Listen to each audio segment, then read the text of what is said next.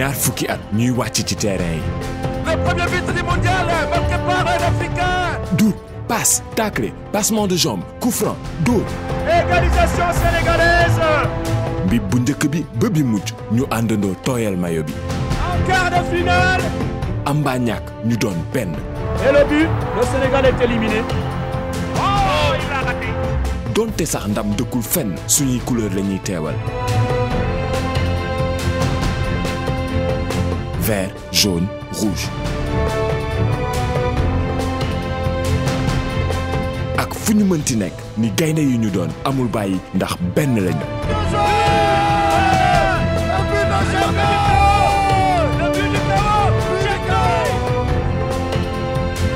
ñaar fukki at orange di ànd ak sunu gaynde yi. Souvent les sponsors c'est quand ça marche, mais quand ça ne marche pas on les voit pas, ils fuient. Mais vous êtes là, vous avez toujours été là et je suis sûr que vous continuerez toujours à être là. Tous des lions.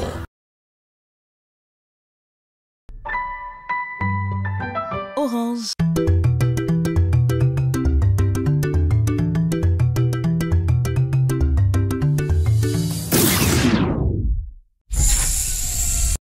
Salaamaaleykum mbokk internet yi bienvenue ci seen émission Kifta Kane seen émission 100% football te ñu ngi siy ànd ak suñu sponsor Orange.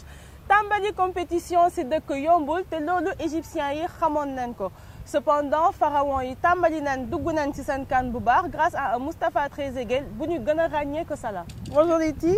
Voilà. noo def. Ça va, sant yàlla bu baax. Effectivement Moustapha Trezeguet hier il a réussi à faire ce que Salah devait faire. Donc égyptiens yi comme tu as dit xamoon nañu ne que attente bi day bëri mais bon ils ont réussi à faire l'essentiel, c'est-à-dire gagner et prendre les 3 points qui seront très importants durant la compétition. Si numéro bi dinañ leen wan résumé match yi yëpp wan leen aussi chiffres yi avec mon consultant Plutôt Liti Ndiaye. Léegi dañuy commencer décortiquer première mi-temps bi. Effectivement première mi-temps boo xam ne un peu engagé. ñu gis ni que pharaon yi dugg nañ ci seen match bu baax mais impressionné wuñu torop. non noonu la ñu mënoon duggee ci match bi mënuñu ñëw di toog di xaar parce que seen dëkk la déjà. te xam nañ ne voilà public bi du leen xaar pour ñu jël temps bu bëri. donc loolu la ñu essayé def mais bon avec beaucoup de précipitation moo tax teeluñu dugal. mais bon ils ont réussi à marquer un but boo xam ne moom moo leen libéré on va dire. et bi boobu dafa important trop si ñoom. mais si première mi-temps bi gis nañu que seen défense taxawoon na trop. défense Zimbabwe défense égyptienne bi.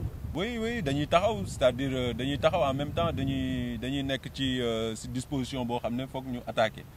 donc ñoom si premier mi-temps bi boo xoolee mënuñu sax wax ne que ils défendaient à 4. on va dire qu'ils défendaient à 3. avec beaucoup d'animation offensive. Donc voilà, après Zimbabwe, ils ont réussi aussi à faire un bon début de match. Nga ci seen défense bi. Ouais, très bien regroupé autour. En fait, Égypte, ils ont trop insisté sur côté Salah. Donc seen action yëpp boo xoolee premier mi-temps bi début match bi yëpp foofu lañ ko amorcé quoi. Donc Zimbabwe aussi ils savaient que noonu la Égypte di ñëwee. Donc densité bi yëpp ñoom ci côté boobu lañ ko indee. Malheureusement loolu moo leen gêné ba nga xam ne but bi. boo xoolee ci beneen côté bi la jógee quoi. ñoom ils ont joué. pour ne pas prendre de but. ci début match bi. donc loolu réussir nañ ko. après voilà au fil du match xam nga ngay défendre après donc c'est sûr que ils ont cédé.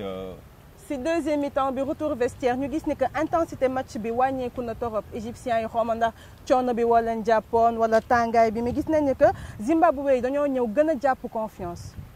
gën a dugg ci seen match. non mais ñoom ñu ngi woon seen match. mais bon xam nga match boobu ak climat bi nu mu mel foofu. ils ont joué à plus de 30 degrés aussi. ñu gis benn Égypte bu xaw a perturbé. non Salah amoon na occasion double mise bi mais mu raté yenn occasion yi. non mais loolu mooy précipitation bi may wax. parce que xam nga ñoom bon ba ñuy dugal ils ont marqué à la 33e. donc ñoom pour terminer match bi moo doon seen objectif. donc loolu moo joxe que deuxième mi-temps bi mu commencé si Égypte bëgg forcer pour dugal deuxième but. Zimbabwe aussi ils ont tout fait pour répondre ah. loo xalaat ci performance Moussana. Moussona, ouais, comme on le connaît. Sauf que sur le but de l'Égypte, dafa xaw a bàyyi marquage bi quoi. Mais bon but moom pour mu am. Foog loolu am foog mu am ay erreurs consécutives pour que but mun a am quoi. Ouais. Gis nañ pronostic yi sur notre page Facebook 13 Football. te ñu ngi invité aussi internautes yi ñu ngi leen di pousser pour ñuy gën a pronostiquer sur les matchs à venir sur notre page Facebook 13 Football ak sur la page YouTube aussi 13 TV fu leen ñu mën a gën a faram-fàccee match yi décortiquer leen yeneen match yi. Égypte jël na 3 points. Ouais. C'est essentiel. C'est l'essentiel, on va dire, ouais. Même s'ils n'ont pas fait une grosse prestation et tout, def nañu ce qu'il fallait, mooy ne que jël nañu 3 points. Comme équipe bu mag nu muy def quoi, dans la difficulté, arriver à gagner. Dans la difficulté, ouais. Possession, ils avaient 55%, Zimbabwe 45%. Bon, remarquez que quand même, ils étaient un peu à égalité. Je pense que l'Égypte foofu la ñu xawee raté seen match. mooy nekk genre match bi. Il faut que ñu arriver à ñoom ñu am possession bi. C'est-à-dire faire tourner quand il le fallait. Pour après am ay opportunités pour dugal ay but quoi. Ouais. Seen tir cadré, Zimbabwe am 11, Égypte 5. Ouais, Zimbabwe. Offensivement, ils ont un joueur Béliat qui est très fort techniquement. Voilà, je pense que moom tamit ni mu duggee nii ci Coupe d'Afrique bi. Dina apporter lu bëri Zimbabwe. Léegi ce soir dinañ am tamit ay match yu neex RDC dina jël ak Ouganda à 14h30 dina tàng jër nag j'espère que ils vont s'en sortir. Nigeria dina jël ak Burundi 17h. Ouais. Et enfin Guinée Madagascar 20h. Ouais, non yooyu match yu neex la. Congo ñoom tamit. Je pense que dinañ def tout pour aussi bien débuter seen compétition. Donc dinañ xool dinañ xaar pour xam lan lay joxe. Suba dinañ leen faram-fàcceel match yi. Toujours grâce à notre sponsor Orange. Sénégal suba la ñuy jouer contre Tanzanie. Lan mooy sa attendre loo xalaat ci match bi ban composition la suñu coach bi dinañ indi. Ouais, composition bi voilà après coach bi moo mieux placé pour xam composition ban lay andi en tout cas pour ñu dugg ci composition bi de la meilleure des façons. Nous sommes confiants, nous connaissons notre force, nous savons que nous sommes capables aujourd'hui de compétir contre n'importe quelle équipe. J'ai envie de dire que nous sommes de vrais challengers. Maintenant, c'est vrai que les résultats, comme vous le dites, depuis 3 années montre que le Sénégal est en progrès. Premier sur le continent africain en 2016, 2017 et 2018. Cela prouve notre progression. Qualification à une Coupe du Monde en 2018, alors que ça faisait 17 ans qu'on n'était pas parti. Ça montre encore notre progression. Et vous savez, les statistiques ne reflètent pas toujours, ne donnent pas non plus raison à des victoires. C'est pas parce qu'on est premier sur le continent africain que forcément on est favori. Prenez l'exemple de la France, n'a jamais été numéro 1 sur le classement FIFA et pourtant ils ont été champions du monde. Et d'ailleurs ils ne le sont toujours pas. Mais nous venons ici avec vraiment une grande motivation et nous sommes conscients aussi que nous avons des arguments à faire valoir et nous aborderons cette CAN-là avec beaucoup de concentration et beaucoup de sérénité. Donc notre philosophie, ça sera match après match. Internautes yi yéen tamit ñu ngi leen di invité pour ngeen def seen pronostic sur notre page 13 TV sur Facebook ñu dox leen big daje suba inchallah toujours grâce à notre partenaire Orange bu ñuy gunge durant cette Coupe d'Afrique des Nations. Leyti. À demain on va dire ouais ngeen ñëw ñu waxtaanaat ci match yëpp analyser ko comme il faut donc on vous donne rendez-vous.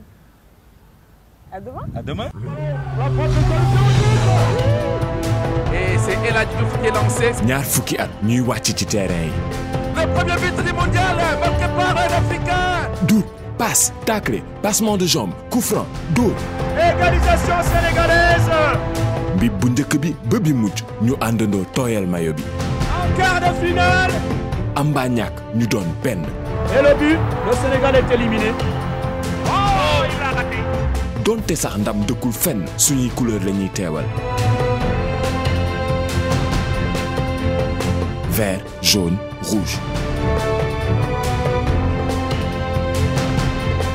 ak fu ñu mënti nekk ni gaynde yi ñu doon amul bàyyi ndax benn lañu.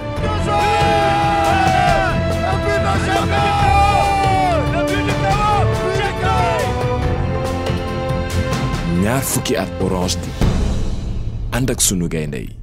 Souvent les sponsors c'est quand ça marche, mais quand ça ne marche pas on les voit pas, ils fuient. Mais vous êtes là, vous avez toujours été là et je suis sûr que vous continuerez toujours à être là. Tous des lions.